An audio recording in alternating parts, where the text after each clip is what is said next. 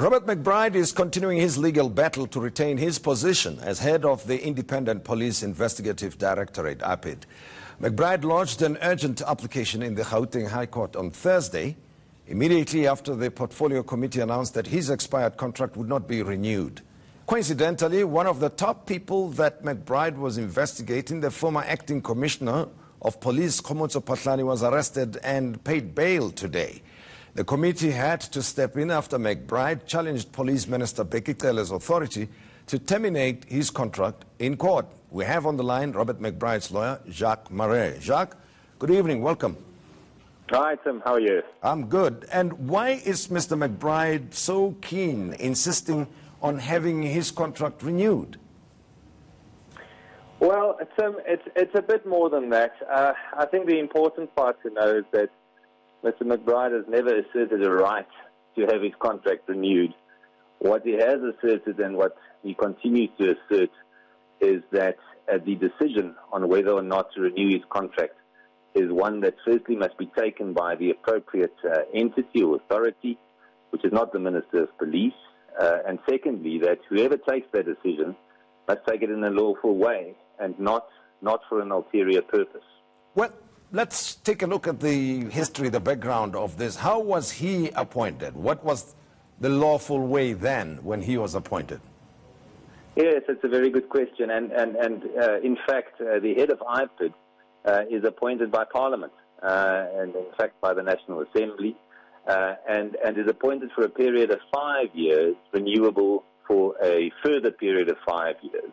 And what happened in this particular case is that the Minister of Police, completely unlawfully, towards the end of Mr. McBride's contract about a month ago, towards the end of the first 5-year period, informed Mr. McBride that he had decided not to renew his contract. Now, of course, if one knows the context of Ipid, and very importantly the Constitutional Court's position in the case that Mr. McBride took to the Constitutional Court earlier in his term in office, the position is simple. It's not for the Minister of Police to make decisions on whether or not Mr. McBride must be in office or not in office, or to discipline Mr. McBride, or to act in any way as Mr. McBride's employer.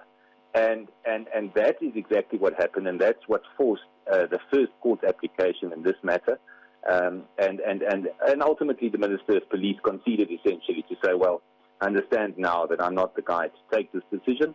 And the matter then went to the Portfolio Committee. And then on the 28th of February, the Portfolio Committee took the decision not to renew Mr. McBride's contract, and that's what's gotten us to where we are.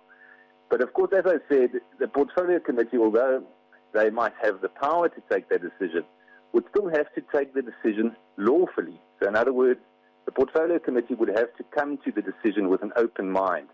And Mr. McBride's concern in this case, and it seems to be legitimate, anybody who had a look at the Portfolio Committee's deliberations, which were broadcast on television, would see that it appeared really, if the Portfolio Committee came with a preconceived idea, and it was really a foregone conclusion from the very beginning that they were not going to renew the contract. And hence, Mr. McBride instructed us, his attorney, to commence preparation of review proceedings, because clearly the decision by the Portfolio Committee seemingly was not one that they took with an open mind, but rather seemed to simply be the implementation of a decision that the Minister had taken about a month ago.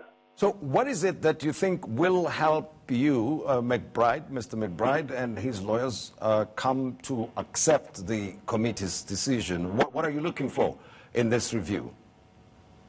So all that we're asking for in the review, and I think it's important for people to understand that, is for the Portfolio Committee to look at the matter afresh. Now, of course, we know that elections are around the corner, and there will be a fresh new Portfolio Committee when the matter goes back to the Portfolio Committee. So again, Mr. McBride is not saying that he must be in office or that he has a right to have his contract renewed. But what he does say is that the Portfolio Committee that takes the decision must come to the decision with an open mind, must look at the facts that are before them, must engage with those facts, and then must take a decision in the interests of Ipid. And we think, based on what we've seen, and we'll see the full transcript of the portfolio committee within the next week or so as part of the court proceedings, but it does not seem that that was the case. In fact, it seems, and it is plausible that this is the case, that it really is the portfolio committee acting on the wishes of the minister. Now, as I indicated at the beginning of this interview when I introduced you, that the former acting police commissioner was arrested and paid bail today. Do you think that there's a connection between some of the investigations that Robert McBride conducted into the affairs of the police, especially at that level, that may have informed the decision not to renew his contract? Well, I cannot comment specifically on the case against Mr. Pishlani, but of course I know that there are various investigations into his conduct, into matters concerning him. There are also various legal battles between Ipid and General Pishlani. But certainly I think the principal point is that Ipid performs an oversight role over particularly powerful people, including high-ranking police officials, and of course the concern that arises, and that is of particular importance to us from a constitutional perspective, insofar as Ipid's independence is concerned, is that it can never be a case that where a executive director, like in the case of Mr. McBride, oversees high-level investigations at the moment into a number of high-ranking officials, that could be a factor that counts against him when a decision is taken on whether or not to renew his contract. Let me ask you this quick question. I saw some postings on social media suggesting that Mr. McBride works for Paul O'Sullivan, those allegations, and that he may be beholden to certain criminal interests in the country. You may have seen that. I just want to hear your comment about that. I've seen those allegations. What I've never seen is any proof to substantiate those allegations. And again, I think one should expect that there will be those type of allegations against somebody who investigates and oversees people in the police. So that's not unexpected that there would be these types of allegations. But what I can say is that as far as Mr. O'Sullivan is concerned, I've certainly, personally speaking, never seen any evidence to substantiate any of those allegations. Jacques Moret, thank you very much for talking to us. Thanks. Now, technology is constantly changing how we work, and we ask whether we are equipped to deal with the changes. Some may be, but a lot of people are not, and that's our discussion in a short while.